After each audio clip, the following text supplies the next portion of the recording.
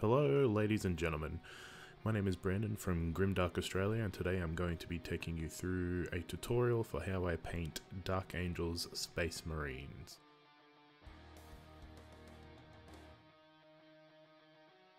So the first colour that we'll be using is Vallejo's Dark Green. Now normally with a base coating colour, you want to cover the majority of the model or the whole of the model, all the flat panels, that kind of thing. This time what we're going to be doing is we're going to do this in almost a zenithal highlight and leave the black primer as our darkest part of the armour. We're trying to get a transition from black to green and then from green to bright green. This is going to help with the aesthetics of the Grimdark universe, which is darker darks, brighter brights.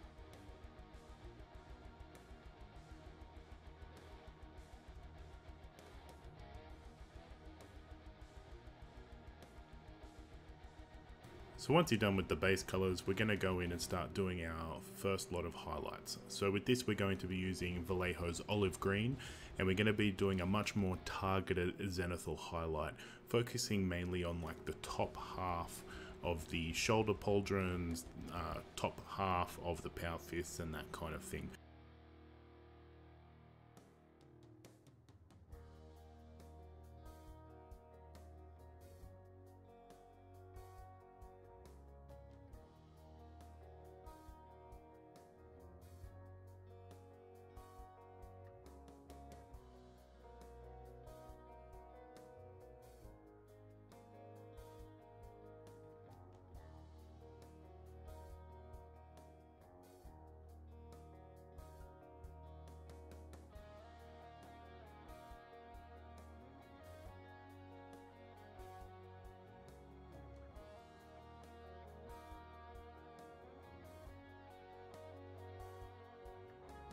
Now once we're done with olive green, we're going to be coming in with Vallejo's Duck Egg Green.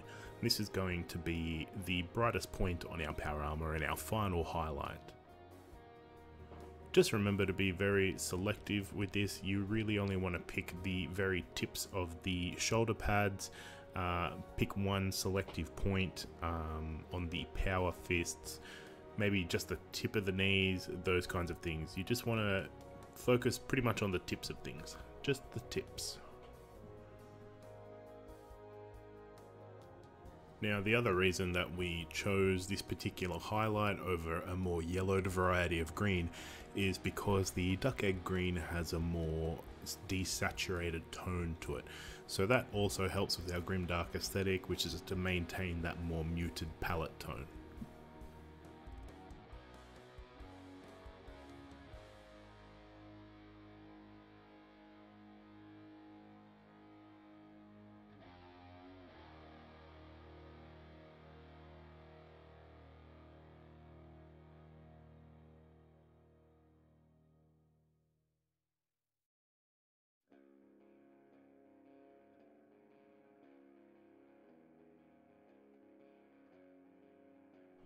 So once you're done with your spot highlighting, guys, you're going to want to go in and base out the rest of your colors and add your transfers to the models.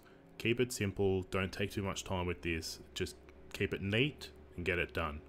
After these steps is when we're going to start seeing the real grimdark magic unfold, and we're going to show you the methods that tie this all together.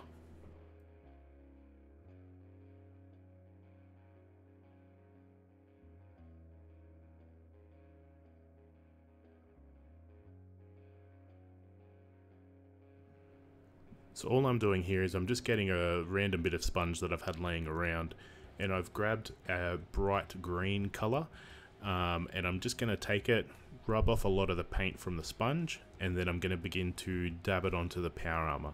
You want to make sure there's not too much paint on these sponges, because otherwise you'll just slap paint over the top, You just want to make sure it just touches, almost like a dry brush coat.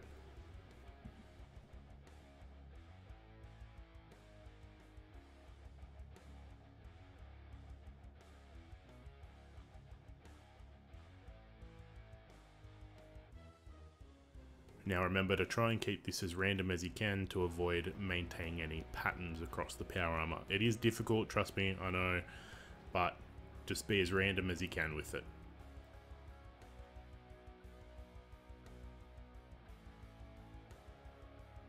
So once you've gone and done all your light green colors, you're going to want to do the same thing with the sponge, but this time we're going to use a light gray color, and this is going to simulate our primer color underneath the green in, I guess, IRL.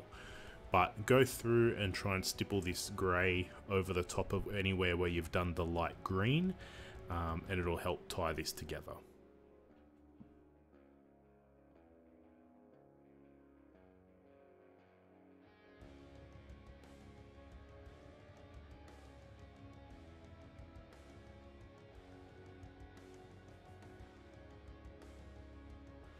Now, in a future series of videos, we're actually going to be doing a thorough, in-depth look at the different ways that you can do chipping over power armor, and we're going to be doing that as a part of our power armor series, looking at all the different colors for all the Space Marine legions that are out there.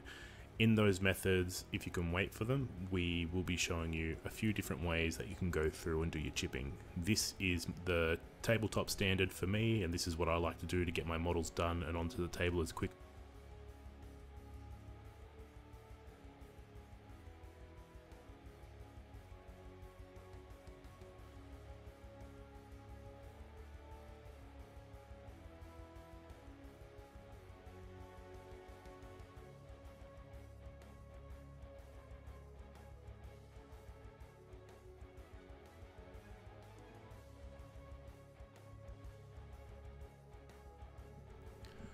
So now this is where the real magic happens, and we're going to be taking Abtalung 502 Smoke. We're going to be mixing this down into a wash consistency, and we're going to be applying this all over the models. And what this is going to do is it's going to blend our colors together, change the overall tone of our model, and darken everything down to help bring out our Grimdark aesthetic.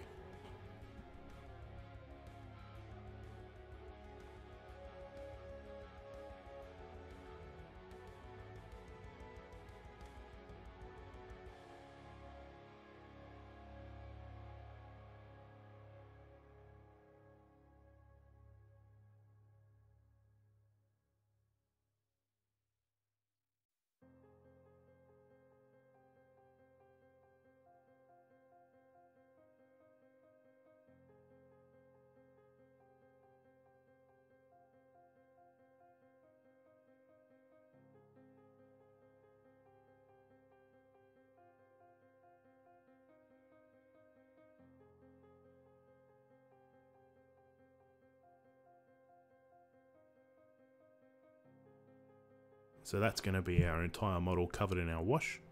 And what I'm going to do is I'm going to take a Q-tip, soak it in white spirits, and I'm going to begin to dab away at the top part of the power armor. Now, what I'm doing here is I'm just trying to bring out our highlights and keep the oil paint in our shadows and have the nice blend in between the two. So when you dab this away, just dab away towards the highest points.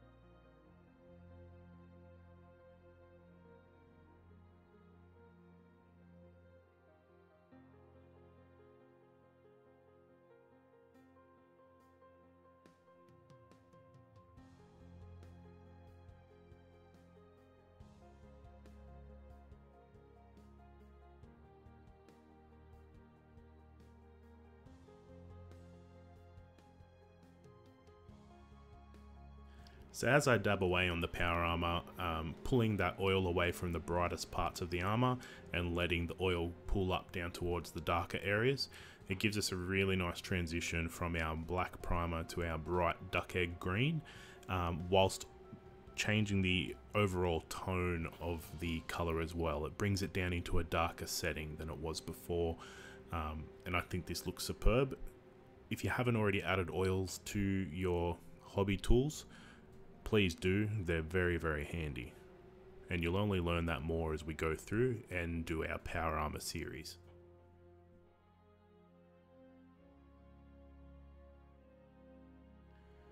Now this step is a little unnecessary. You don't really need to do this, but I just want to show you what I do with my models. Is I actually take a paint called Molotow Liquid Chrome, but you could use any bright silver paint that you wanted to do this step, and I'm just adding in the tiniest few little chips and specks of bare metal around the power armor, just in few little tiny places, and to me personally, this makes them look like they pop that little bit more.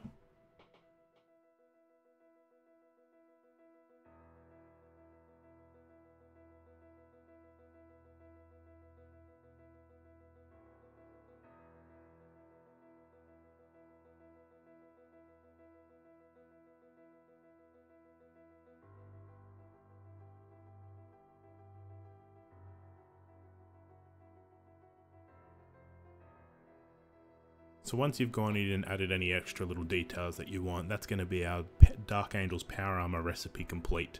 Like I said, this is a really easy recipe to replicate, and I hope you guys enjoyed this tutorial and managed to put it up on the table yourselves.